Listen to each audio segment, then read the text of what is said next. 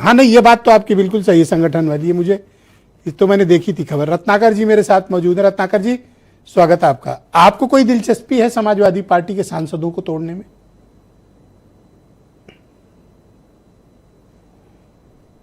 देखिए ब्रजेश जी, दिलचस्पी राजनीतिक जो है परिणाम क्या होते हैं किसी भी घटनाक्रम का, उसकी दिलचस्पी किसी को भी होती है, कोई भी राजनीतिक पार्टी हो। लेकिन मैं पहले आपके प्रश्न का उत्तर सीधे से दूं, उसके पहले मैं चर्चा करना चाहता हूं जो अच्छा, हमारे पहले जवाब दे के फिर देते तो नहीं अच्छा। आप बीच में टोकने लगते हैं ना, बीच में आप टोकते हैं, इसलिए मैं पूरी बातें रख नहीं अच्छा, पाता मैं चुप। हाँ, अब बोलो।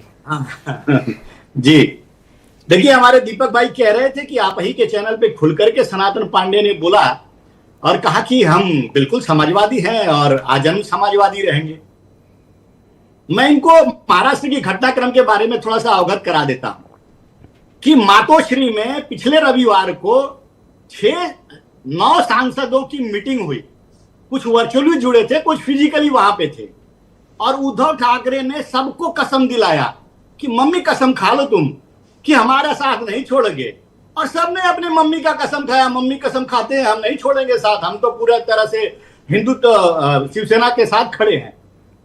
लेकिन अगले दिन सोमवार को सुबह ही जो है 6 सांसद जो है वो दिल्ली चले गए। तो राजनीति में इस तरह की परिस्थितियां कभी भी कहीं भी किसी वक्त हो सकती है। मैं इन्हीं के पार्टी के ऊपर आना चाहता हूं। अभी आपने जो जिक्र किया कि 2024 के राज्यसभा के चुनाव के दौरान व्हिप जारी किया था, उस व्हिप के अगेंस्ट में जाकर के इनके 6 विधायकों ने वोट किया था। और ये कोई टूट पहली बार समाजवादी पार्टी में नहीं होगी।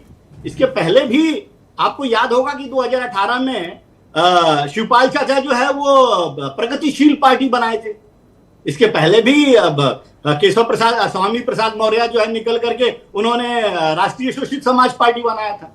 तो इस तरह की परिस्थितियां पहले भी आ चुकी हैं और भविष्य में आएगी, तो कोई आश्चर्य का विषय नहीं है। ये बिल्कुल हो सकता है।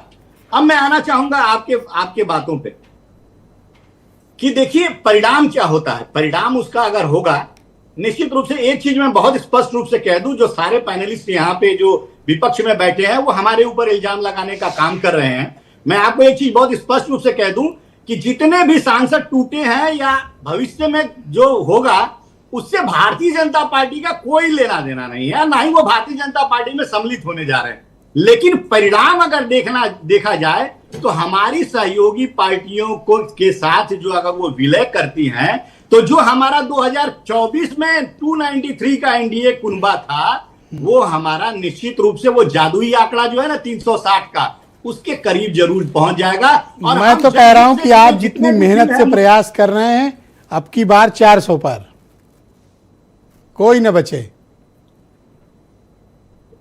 वो तो जनता 2029 में फिर से बताएगी कि पर आपने अभी तक नहीं बताया कि आपकी दिलचस्पी है सपा तोड़ने में या आप नहीं चाहते।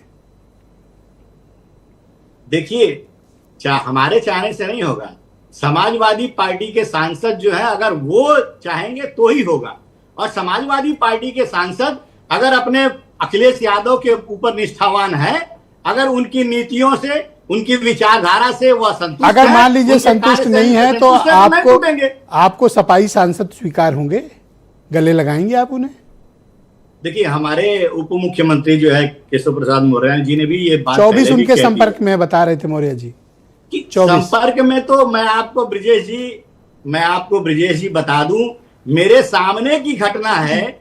मेरे बगल में बीजेपी के बहुत कद्दावर नेता बैठे थे। हाँ। उनके पास फोन आया एक माननीय का और बोल रहे थे कि अमित शाह से मेरी मीटिंग करा दो। ये परिस्थिति है उत्तर प्रदेश की समाजवादी पार्टी के नेताओं की। तो आप जो ये बैठ करके यहाँ पे दावा कर रहे हैं कि नहीं हम नहीं टूटेंगे, भाई बिना मतलब वो आप जब चाहेंगे तोड़ देंगे, आपके पास ऐसी मशीन है? नहीं, हमारे पास जो, थैंक यू सर, हमारे पास इस तरह की कोई हमारे पास कोई